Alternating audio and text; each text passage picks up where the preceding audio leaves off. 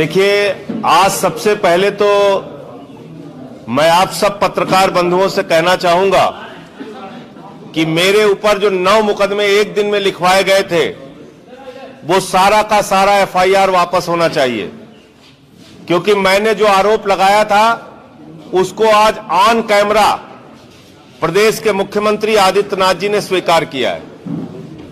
उनसे पूछा गया कि जब आपके ऊपर आरोप लगता है कि आप सिर्फ छत्रियों की पॉलिटिक्स कर रहे हैं तो आपको बुरा नहीं लगता?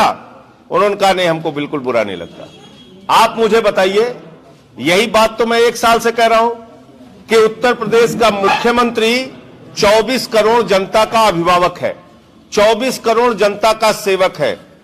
वो अपने जातीय संगठन के नाम पे, मैं किसी क्षत्रिय संगठन से जुड़ूं, ये किसी पटेल संगठन से जुड़े, ये किसी महेश्वरी संगठन से जुड़े, उसके माध्यम से कुछ समाज सेवा के कार्य करें, अच्छी बात है।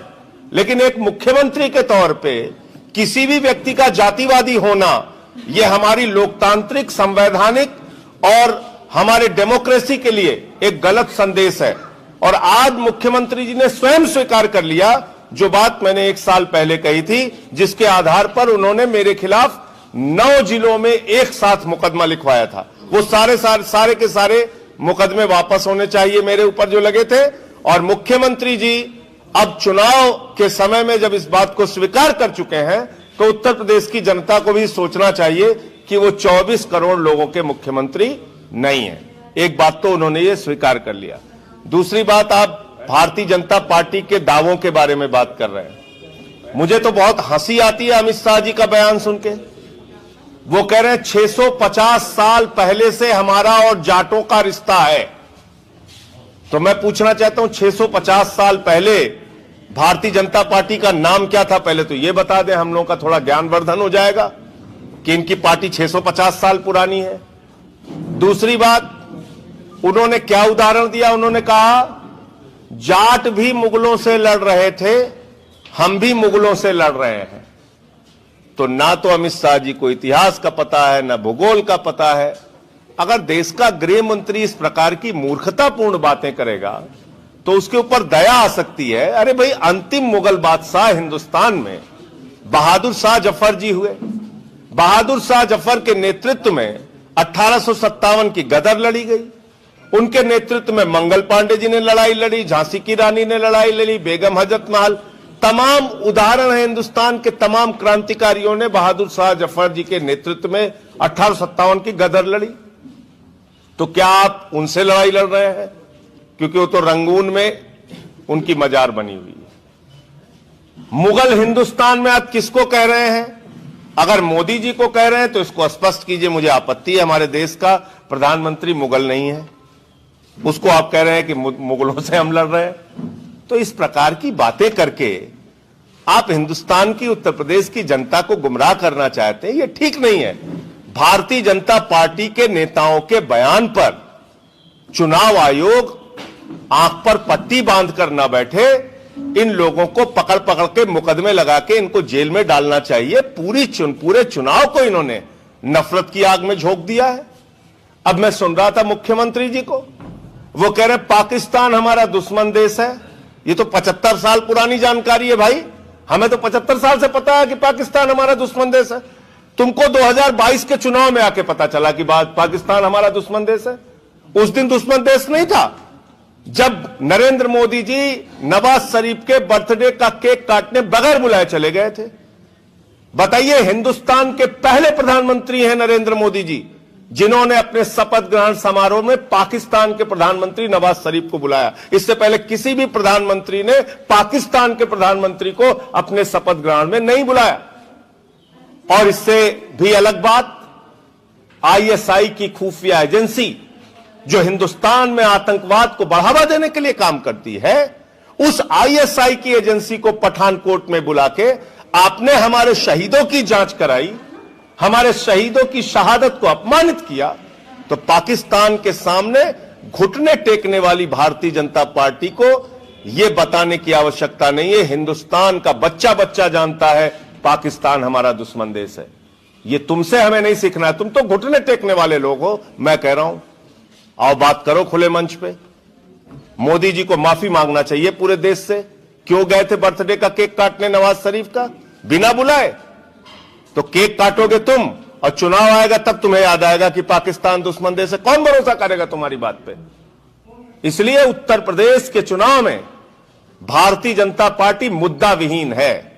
उनके पास यह बताने को नहीं कि रोजगार के लिए क्या किया, उनके पास यह बताने के लिए कि शिक्षा के लिए क्या किया, उनके पास यह भी बताने के लिए नहीं कि अस्पतालों को सुधारने के लिए क्या किया, सड़कों को सुधारने के लिए क्या किया, रोजगार धंधे लगाने के लिए क्या किया, उद्योग लगाने के लिए क्या किया, यह बताने के लिए कुछ नहीं।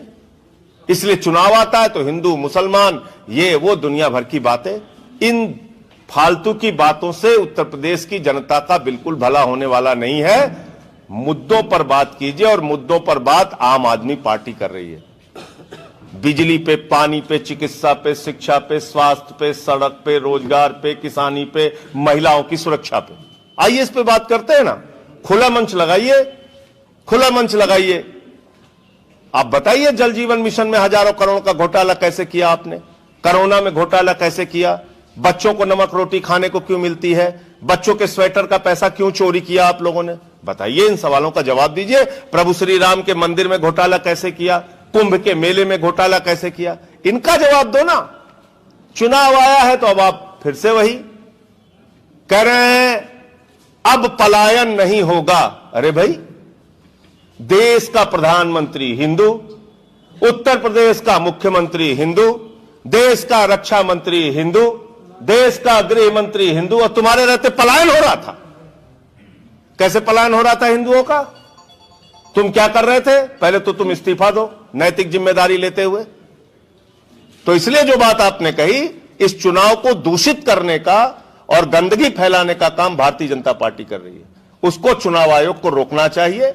और मुझे लगता है कि इस बात का संज्ञान लेते हुए जो लोग ऐसी फालतू की बातें कर रहे हैं, इन पे मुकदमा करके इनको जेल में डालिए। पलायन हो रहा है 5 साल तक, तब कुंभकर्ण की नींद सोओगे सब लोग, और जब चुनाव आएगा तब तुम्हें पलायन याद आ रहा है। हिंदुओं का भला कर रहे हो आप। वो जो बच्चे जो सड़क पे पीटे जाते हैं वो हिंदू नहीं है। वो हाथरस की गरीब बेटी जो रात में 2 बजे जला दी गई वो हिंदू नहीं है। वो 1 साल तक जो किसान सड़कों पर बैठे रहे वो हिंदू नहीं। वो जो कोरोना में नदी के घाट पे हजारों लाशें सड़ी हुई मिली वो हिंदू नहीं थे क्या? महंगाई से जो मार झेल रहे हैं वो हिंदू नहीं है। हिंदुओं का सबसे ज्यादा नुकसान किसी ने किया तो भारतीय जनता पार्टी ने।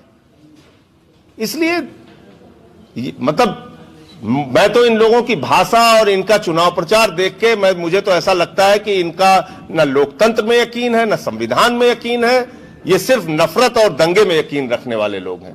इनसे उत्तर प्रदेश की जनता को सावधान हो जाना चाहिए, वरना 5 साल इन्होंने उत्तर प्रदेश को दुश्वारियों में, मुसीबतों में, तकलीफों में रखा है, आगे भी ऐसे ही रखेंगे।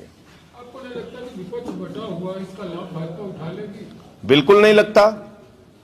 आप मुझे बताइए कि क्या भारतीय जनता पार्टी का मतदाता इतना मूर्ख है कि वो बार बार पिटने के बावजूद बीजेपी को ही वोट देगा? ऐसी धारणा हम अपने मन में क्यों रखते हैं? महंगाई से जो पीड़ित बीजेपी का वोटर है वो भी आम आदमी पार्टी को वोट करेगा। भ्रष्टाचार से पीड़ित जो बीजेपी का वोटर है, गुंडागर्दी से पीड़ित जो बीजेपी का वोटर है, बेरोजगारी से पीड़ित जो बीजेपी का वोटर है, जो इन समस्याओं को रोजमर्रा की जिंदगी में झेल रहा है, वो इनके खिलाफ वोट करेगा। ये जो धारणा बना ली गई है कि बीजेपी का वोट बैंक तो बिल्कुल इंटैक्ट है, बाकी विपक्ष का वोट बटेगा, ये बिल्कुल ठीक नहीं है। और खासतौर से आम आदमी पार्टी का तो रिकॉर्ड ये है, हम जहां लड़ते हैं बीजेपी हारती है। हम दिल्ली में लड़े 3 बार बीजेपी हारी, हम पंजाब में लड़े अकाली दल बीजेपी की सरकार हारी, हम मध्य प्रदेश लड़े बीजेपी हारी, छत्तीसगढ़ लड़े बीजेपी हारी, राजस्थान लड़े बीजेपी हारी, कर्नाटक लड़े बीजेपी हारी, गोवा भी लड़े बीजेपी हारी। जोड़ तोड़ करके उन्होंने सरकार बना ली। उत्तर प्रदेश भी लड़ रहे हैं,